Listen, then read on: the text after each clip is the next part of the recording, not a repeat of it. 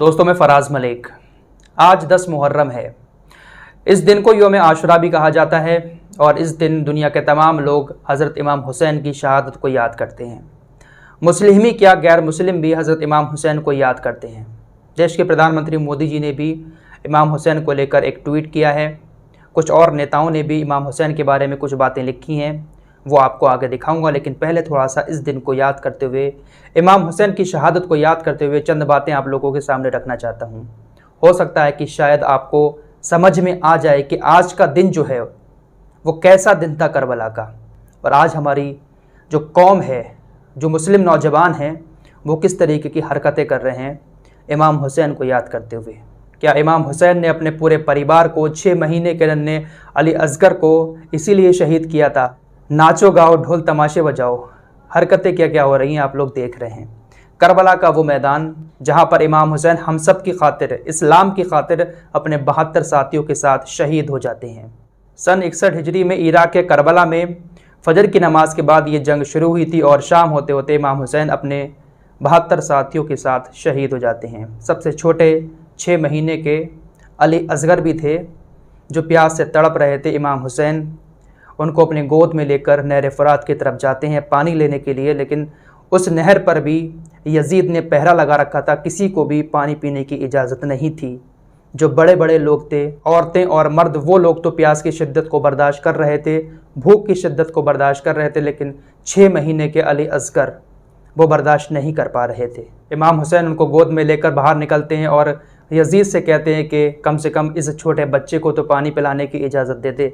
लेकिन नहीं, जो हुरमला नाम का एक तीरंदाज था, उसने एक ऐसा तीर मारा कि अली असगर के गर्दन को चीरता हुआ इमाम हुसैन के बाजू में जाकर लगा और अली असगर वहाँ पर शहीद हो गए थे। तो बड़ा दर्दनाक वो मंजर था, और ये सब इमाम हुसैन हम सब की खातिर, इस्लाम को बचाने की खातिर, सच को फैलाने की खातिर, नाना जान के इस्लाम को बचाने की खातिर ये सब कर रहे थे। उनको कोई किसी कुर्सी की या किसी चीज़ की ज़रूरत नहीं थी।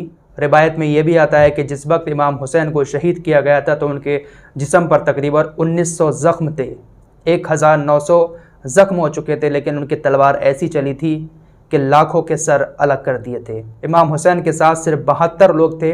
यजीद की लाखों की फ़ौज थी, लेकिन ये 72 लोग लाखों के ऊपर भारी पड़े थे। तलवार जिधर निकल जाती थी सफाया हो जाता था, और ये लड़ाई हक की थी, सच्चाई की थी। और इस लड़ाई में इमाम हुसैन अपने पूरे परिवार के साथ, अपने साथियों के साथ लड़ते लड़ते शहीद हो गए। किस खातिर? सिर्फ अपने नाना के इस्लाम को फैलाने की खातिर। और नाना का इस्लाम उनके क्या था और आज क्या बना दिया गया है, वो सब कुछ आपके सामने है।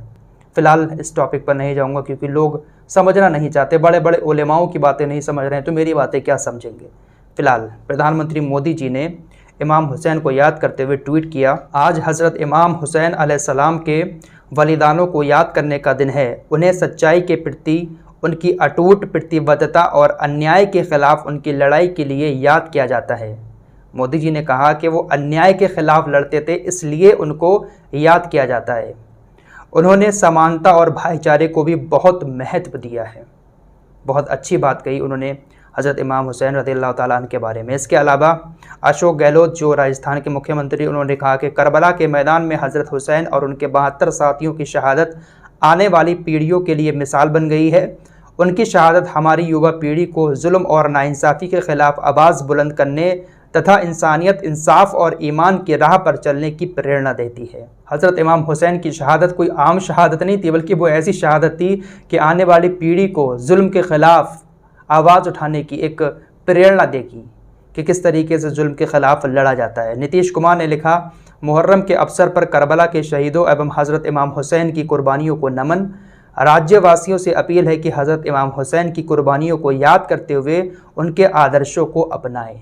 तो आज के दिन हज़रत इमाम हुसैन को पूरी दुनिया इसीलिए याद करती है क्योंकि वो सच्चाई के रास्ते पर चल रहे थे और उसी रास्ते पर चलते चलते उन्होंने शहादत का जाम पी लिया। लेकिन आज के दिन हम क्या कर रहे हैं? हमें तो ज़्यादा से ज़्यादा इबादतें करनी चाहिए, नमाज़ें पढ़नी चाहिए, लेकिन उन सारी चीज़ों को छोड़कर हम किन तमाशों में लगे हुए हैं। आप लोग देख सकते हैं कैसे डीजे बज रहा है, म्यूज़िक सिस्टम लगा हुआ है और क्या कुछ हो रहा है।